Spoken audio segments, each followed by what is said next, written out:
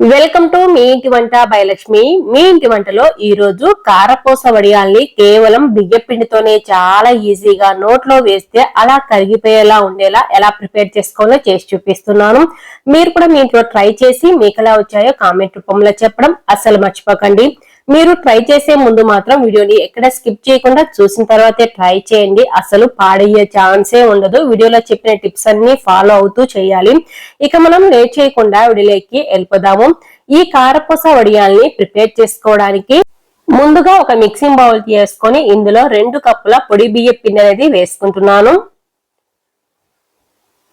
మనకు super market లో దొరుకుతూ ఉంటుంది కదా, ఆ పిండి అనేది వేసుకోవచ్చు. నేనైతే ఇంట్లో చేసుకున్న పొడి బియ్య పిండి ఇది. ఇప్పుడు ఇందులోనే మనము 3 కప్పుల వరకు నీళ్లు వేసేసుకొని కలుపుకోవాలి. ముందుగా అయితే నేను 2 కప్పుల నీళ్లు వరకు వేసేసుకొని బాగా కలుపుకుంటున్నాను.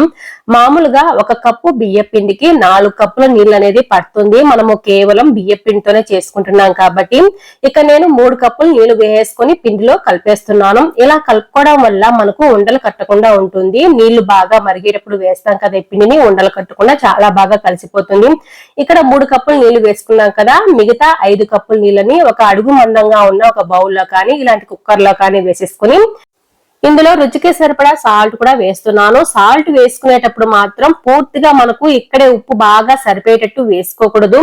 ఉప్పు ఉండాల్సిన దానికంటే కొద్దిగా తక్కువ ఉండాలి. ఇంకొద్దిగా వేస్తే సరిపోతుంది ఉప్పు అన్నప్పుడు మనము ఇంకా ఉప్పు అనేది వేయకూడదు. అప్పుడే మనకు ఎండిన తర్వాత ఉప్పు అనేది కరెక్ట్ గా సరిపోతుంది. ఇక్కడైతే నేను సాల్ట్ చెక్ చేశాను, ఉండాల్సిన దానికంటే కొద్దిగా తక్కువే ఉంది. ఎండిన తర్వాత కరెక్ట్ గా సరిపోతుంది. ఇలా బాగా మరిగేంత వరకు మరిగించేసుకోవాలి. నీళ్లు బాగా మరుగుతూ ఉన్నప్పుడు ముందుగా మనము బియ్య పిండిలో నీళ్లు వేసి కలిపెట్టుకున్నాం కదా, ఆ పిండిని మళ్ళీ ఒకసారి బాగా కలిపేసుకొని ఈ మరుగుతున్న నీళ్ళలో కొద్దిగా వేసుకుంటూ కలుపుకోవాలి. ఎక్కడే గాని ఉండలు లేకుండా చాలా బాగా వచ్చేస్తుంది ముందుగానే మనము బియ్య పిండిలో నీళ్లు వేసి కలుపుకోవడం వల్ల.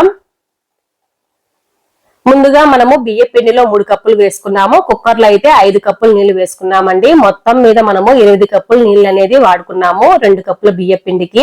ఇలాగే కలుపుతూ ఉన్నామంటే చూసారు కదా, ఇలా చిక్కబడుతూ ఉంటుంది. ఇప్పుడే మనము వాము కానీ జీలకర్ర కానీ వేయకూడదు. కొంచెం గట్టి పడిన తర్వాతనే వేసుకున్నామంటే వడియాలన్నిటివి కలర్ మారకుండా తెల్లగా ఉంటాయి. చూసారు కదా, ఇలా బాగా గట్టి పడిన తర్వాత ఇప్పుడు మనకు కావలసినట్టుగా జీలకర్ర కానీ వాము కానీ వేసుకోవచ్చు. జీలకర్ర వేసామంటే మరీ సన్నకార పూసల నుంచి రాదు కాబట్టి నేను వాము అనేది వేస్తున్నాను. ఒకవేళ జీలకర్ర కూడా వేసుకోవాలి అనుకున్నప్పుడు జీలకర్ర కూడా మనం పొడి చేసి వేసుకోవచ్చు. నేనైతే ఇక్కడ వాము మాత్రమే 1 టీ స్పూన్ వరకు వేసేసుకొని మొత్తం బాగా కలిపేస్తున్నాను. ఇలా గట్టిపడిన తర్వాత వాము వేసుకోవడం వల్ల మనకు వడియాలు అనేటివి తెల్లగా ఉండిపోతాయి. ఇప్పుడు స్టవ్ ని లో ఫ్లేమ్ లో పెట్టేసుకుని మూత పెట్టేస్తున్నాను. ఒక 5 నిమిషాలు ఇలాగే మగ్గనివ్వాలి. పిండి ఎంత బాగా ఉడికితే మనకు వడియాలు అనేటివి విరిగిపోకుండా చాలా బాగా వచ్చేస్తాయి. ఉడికే దాన్ని బట్టే ఉంటుంది వడియాలు రావడం అనేది. ఇలా బాగా గట్టిగా వచ్చిన తర్వాత స్టవ్ ఆఫ్ చేసుకుని మూత పెట్టేసి చల్లారనివ్వాలి. ఈ లోపు మురుకులు గొట్టంలో ఇలాంటి రంధ్రాలు ఉన్న ప్లేట్ ని వేస్తున్నాను. వాము వేసాం కదా, వాము దిగేట్టు ఉండే రంధ్రాలు ఉండే ప్లేట్ ని వేసుకోవాలి. ఇంతకంటే పెద్ద రంధ్రాలు ఉన్న ప్లేట్ నే పెట్టేసుకోవచ్చు. నేనైతే 2 రకాలుగా చేస్తున్నాను. ఈ ప్లేట్ లో ఎక్కువ రంధ్రాలు ఉన్నాయి కదా, అలాగే 3 రంధ్రాలు ఉన్న ప్లేట్ తో కూడా చేస్తున్నాను. 2 రకాలుగా ఏది కావాల్సింటే అదే చేసుకోవచ్చు. రంధ్రాల సైజు మాత్రం ఒకటేలా ఉంటుంది. చూసారు కదా, చల్లారే కొద్దీ పిండి అనేది బాగా గట్టి పడుతూ ఉంటుంది. ఇప్పుడు ఈ పిండి అనేది ఇంకా గోరువెచ్చగానే ఉంది, పూర్తిగా చల్లారలేదు. మనం వెంటనే చేసుకోవచ్చు, ఇంకా గోరువెచ్చగా ఉన్నా సరే. గోరువెచ్చగా ఉన్నప్పుడే చేసుకోవడం వల్ల ప్రెస్ చేయడం అనేది ఈజీగా అనిపిస్తుంది. ఇలా స్పూన్ సహాయంతో మురుకులు గొట్టంలో పెట్టేస్తున్నాను. 3/4 వంతు నింపేసుకొని మూత పెట్టేసుకోవాలి. ఇలా పిండిని 3/4 వంతు పెట్టేసుకొని మూతలు అనేది బాగా గట్టిగా పెట్టేసుకోవాలి. ఇలా ఒకసారి చెక్ చేసుకుంటే సరిపోతుంది.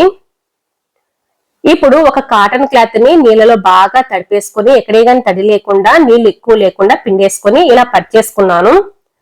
ఈ కాటన్ క్లాత్ ని మాత్రం ఖచ్చితంగా మనము నీళ్ళలో బాగా నీళ్ళ తీసేసుకొని తర్వాత పిండేసి పెట్టేసుకోవాలి.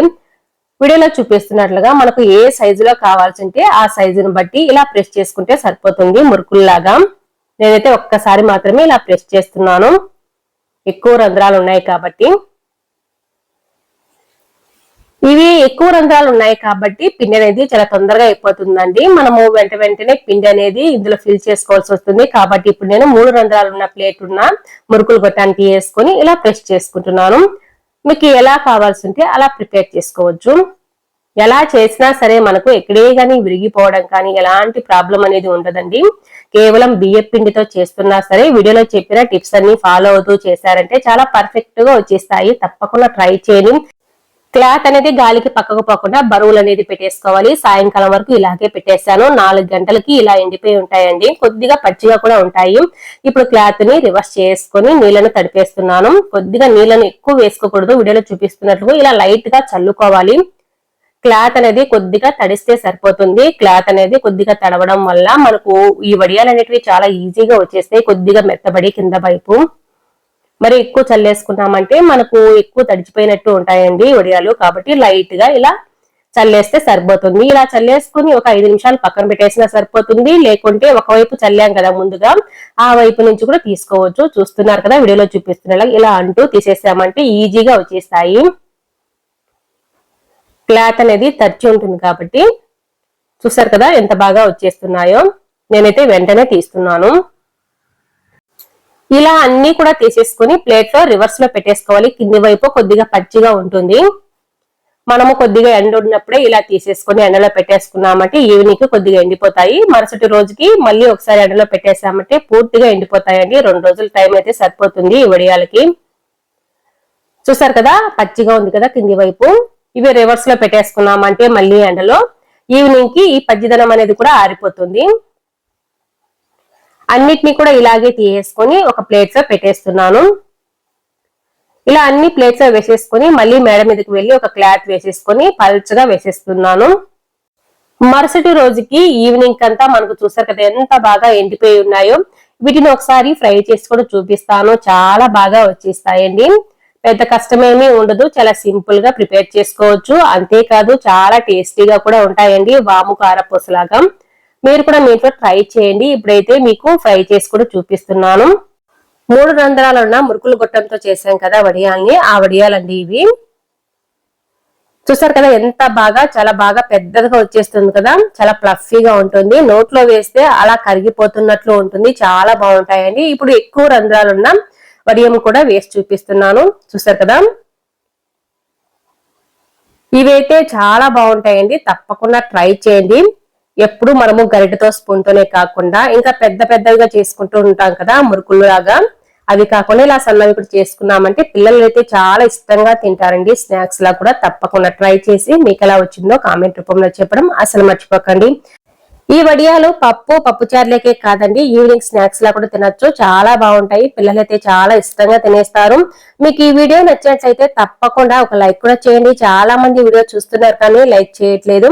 అలాగే కొత్తగా చూస్తుంటే సబ్స్క్రైబ్ చేసుకోండి. మీ ఫ్రెండ్స్ కి రిలేటివ్స్ కూడా షేర్ చేయండి. Thanks for watching.